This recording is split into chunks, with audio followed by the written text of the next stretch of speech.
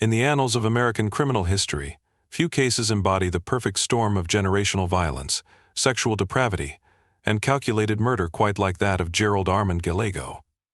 Together with his wife Charlene, he unleashed a reign of terror across the western United States in the late 1970s, leaving a trail of young victims whose lives were cut tragically short in his twisted quest for sex slaves.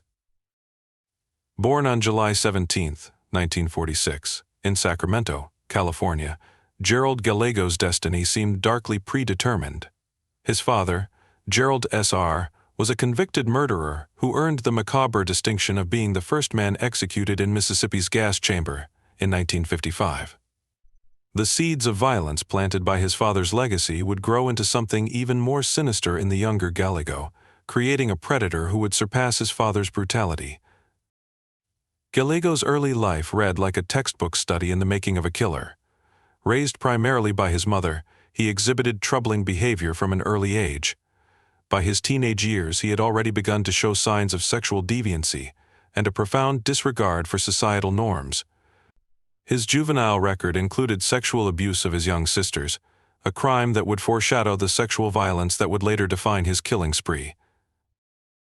The 1970s marked a turning point in Gallego's criminal evolution. By then, he had already accumulated a substantial criminal record, including charges of sexual assault and robbery. However, it was his meeting with Charlene Williams in 1977 that would catalyze his transformation from a common criminal into something far more dangerous. Charlene, 16 years his junior, became not just his lover but his willing accomplice in a series of crimes that would shock the nation. Charlene Williams came from a middle-class background that stood in stark contrast to Gallego's troubled upbringing. She was intelligent, musically talented, and had a promising future ahead of her. Yet something in Gallego's dangerous charisma drew her in, and together they formed a lethal partnership that would result in what they chillingly referred to as their perfect relationship. Their killing spree began in September 1978, when they abducted Rhonda Scheffler, 17, and Kippy Vaught, 16, from Sacramento's Country Club Plaza. The two teenagers were shopping at a mall when Gallego and Williams approached them, using Charlene's disarming presence to help lure the girls into their van. What followed was a nightmare of sexual abuse and violence that would end with both girls being brutally murdered and their bodies dumped in rural Nevada. The couple's modus operandi was carefully crafted to exploit their victims' trust. Charlene, young and seemingly harmless, would approach potential victims in public places, often using a ruse about needing help with directions or offering drugs. Once the victims were close enough, Gerald would emerge, forcing them into their vehicle at gunpoint. This method proved tragically effective, allowing them to abduct multiple victims in broad daylight. Their next victims were Brenda Judd, 14, and Sandra Colley, 13, who disappeared from the Washoe County Fair in Nevada in June 1979. The girls' disappearance sparked a massive search, but their remains wouldn't be discovered until years later. The couple had taken them to a remote location, where Gerald subjected them to sexual torture before killing them with blows to the head from a tire iron. The killing continued with Karen Chipman Twiggs, 17, and Stacey Ann Redican, 17, who vanished from a Sacramento mall in April 1980. Their bodies were found near Lovelock, Nevada, bearing the now familiar signs of sexual assault and blunt force trauma.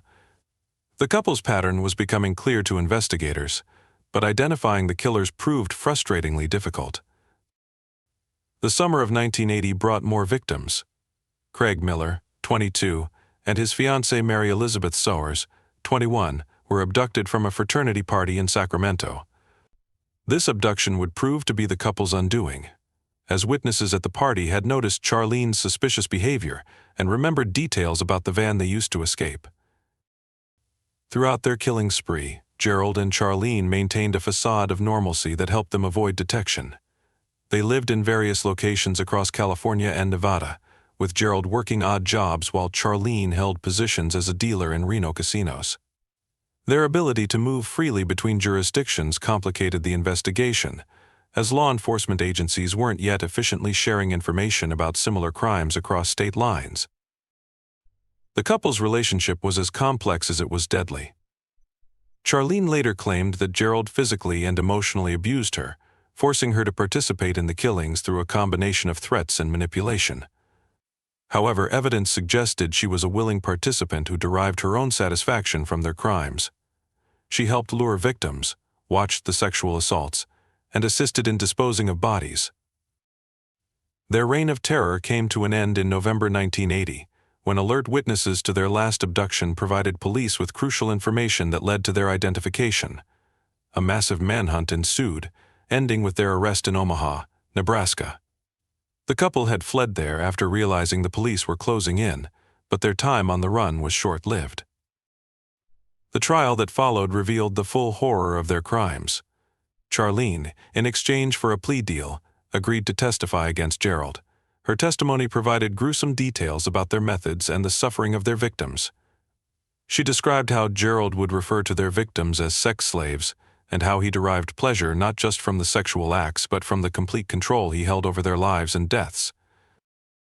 Gerald Galego's trial was a sensation that captured national attention. The prosecution painted a picture of a sadistic killer who saw young women as nothing more than objects for his sexual gratification. His defense team attempted to blame his actions on his troubled upbringing and his father's violent legacy, but the evidence of his calculated brutality was overwhelming. The jury found Gerald Galego guilty, and he was sentenced to death in both California and Nevada. Charlene, thanks to her cooperation with prosecutors, received a sentence of 16 years and 8 months. She was released in 1997, changed her name, and attempted to build a new life for herself. The aftermath of the Galego case led to significant changes in how law enforcement agencies communicated across jurisdictions. The recognition that serial killers often crossed state lines while committing their crimes prompted better information sharing and coordination between different police departments. The case also highlighted the phenomenon of killer couples and the complex dynamics that can exist between partners in crime. Charlene's role in the murders sparked intense debate about the nature of coercion and complicity in such relationships. Some viewed her as another of Gerald's victims, while others saw her as an equal partner in their crimes. Gerald Galego's time on death row was marked by continued denial of his crimes and multiple appeals. He maintained his innocence until his death from rectal cancer in 2002, never showing remorse for his actions or offering closure to his victims' families. His death marked the end of a dark chapter in American criminal history, but the impact of his crimes continues to resonate. The legacy of the Galego case extends beyond its immediate horror. It served as a warning about the vulnerability of young people to predatory couples and the importance of being aware of seemingly innocent approaches from strangers. The case is still studied by law enforcement and criminologists, offering insights into the dynamics of killer couples and the methods they use to lure victims. The stories of the victims' young lives cut tragically short serve as a permanent reminder of the human cost of such crimes. Their families continue to grapple with their loss, their lives forever altered by the actions of Gerald and Charlene Galego. The case stands as a testament to the importance of remaining vigilant and protecting the vulnerable from those who would prey upon them. Today, the Galego case remains one of the most disturbing examples of how a troubled past, sexual deviance, and the right accomplice can combine to create a perfect storm of evil. It serves as a dark reminder of humanity's capacity for cruelty and the importance of recognizing and addressing the warning signs of violent behavior before they escalate into tragedy. The story of Gerald Galego and his reign of terror continues to fascinate and horrify true crime enthusiasts and law enforcement professionals alike. It stands as a chilling reminder of the darkness that can lurk beneath seemingly normal exteriors and the devastating consequences when such darkness is allowed to flourish unchecked. The depths of Gerald Galego's depravity continued to emerge long after his death, as investigators and criminologists delved deeper into his case. New interviews with Charlene Williams, conducted years after her release, revealed additional disturbing details about their crimes and the psychological dynamics that drove their killing spree. During her post-release interviews, Charlene painted a more detailed picture of life with Galego. She described how he would meticulously plan their hunting expeditions, often spending days observing potential victims before making his move. He maintained a notebook where he would record details about young women he saw in various locations, noting their routines and vulnerabilities. This level of planning contradicted his later claims of impulsive actions driven by uncontrollable urges. Former cellmates of Gallego came forward with accounts of his prison behavior that provided new insights into his psyche. Despite his public denials, he would sometimes boast about his crimes in the privacy of his cell block, displaying a level of pride in his actions that horrified even hardened criminals. He spoke of his victims as possessions, and showed particular satisfaction in describing how he and Charlene would work together to lure them. The investigation into Gallego's early life revealed more troubling incidents that had gone unreported. Former classmates and neighbors recalled instances of animal cruelty and sexual aggression that had been dismissed or covered up. One former neighbor described finding a collection of small animal bones in young Gerald's hideout, meticulously cleaned and arranged in patterns, an early warning sign that went unheeded. Law enforcement officials who worked the case continued to suspect that the known victims represented only a fraction of the couple's true body count. Several cold cases from the period of their activity were re-examined, revealing potential connections to their method of operation. While these cases remained officially unsolved, the similarities in victim profile and methodology suggested the possibility of additional murders that were never conclusively linked to the couple. Charlene's post-prison life became a subject of controversy and debate. Her attempts to reintegrate into society were met with fierce opposition from victims' families and communities where she tried to settle. Despite changing her name and appearance, she found herself repeatedly exposed by media and vigilant citizens who believed she had escaped justice with too light a sentence. The psychological impact on the investigators who worked the case continued to resonate years later. Many reported recurring nightmares and lasting trauma from their exposure to the couple's crimes. One detective, who interviewed Gallego multiple times, described him as the emptiest soul he had ever encountered, noting how Gallego could switch between charming conversation and cold, reptilian stillness in an instant. Analysis of Gallego's prison writings revealed a complex and disturbing internal landscape. His journals, released after his death, showed a man who viewed himself as superior to others and entitled to take whatever he desired. He wrote extensively about his theories on male dominance and sexual conquest, revealing a worldview twisted by years of violence and pathological thinking. The case became a landmark study in the psychology of killer couples, particularly the dynamics between dominant and submissive partners in criminal relationships. Criminologists noted how Gallego had carefully selected Charlene for her vulnerability and malleability, gradually shaping her into an accomplice who would not only assist in his crimes but help normalize his behavior.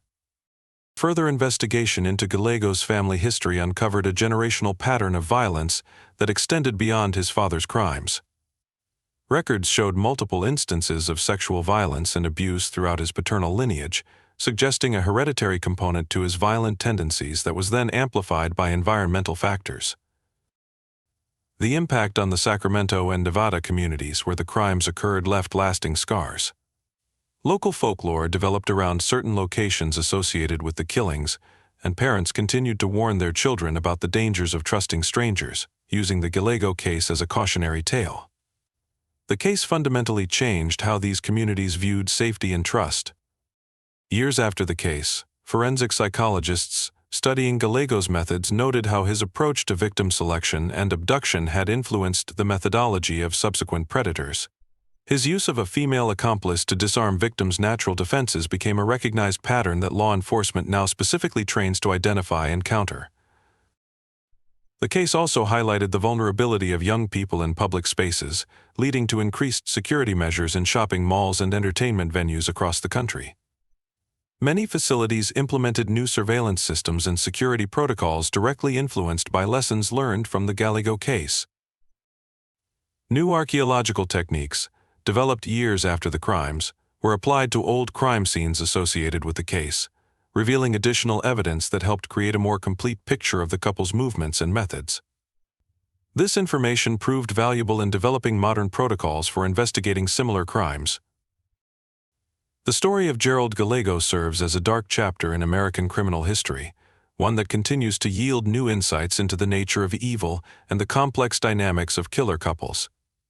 His legacy lives on in the changed procedures and heightened awareness his crimes brought about, even as the horror of his actions continues to serve as a warning about the monsters who may walk among us.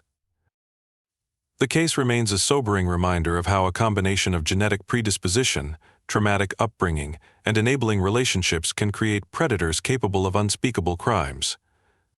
It stands as a testament to the importance of recognizing and addressing warning signs of violent behavior before they escalate into tragedy, and the crucial role of law enforcement cooperation in bringing such predators to justice.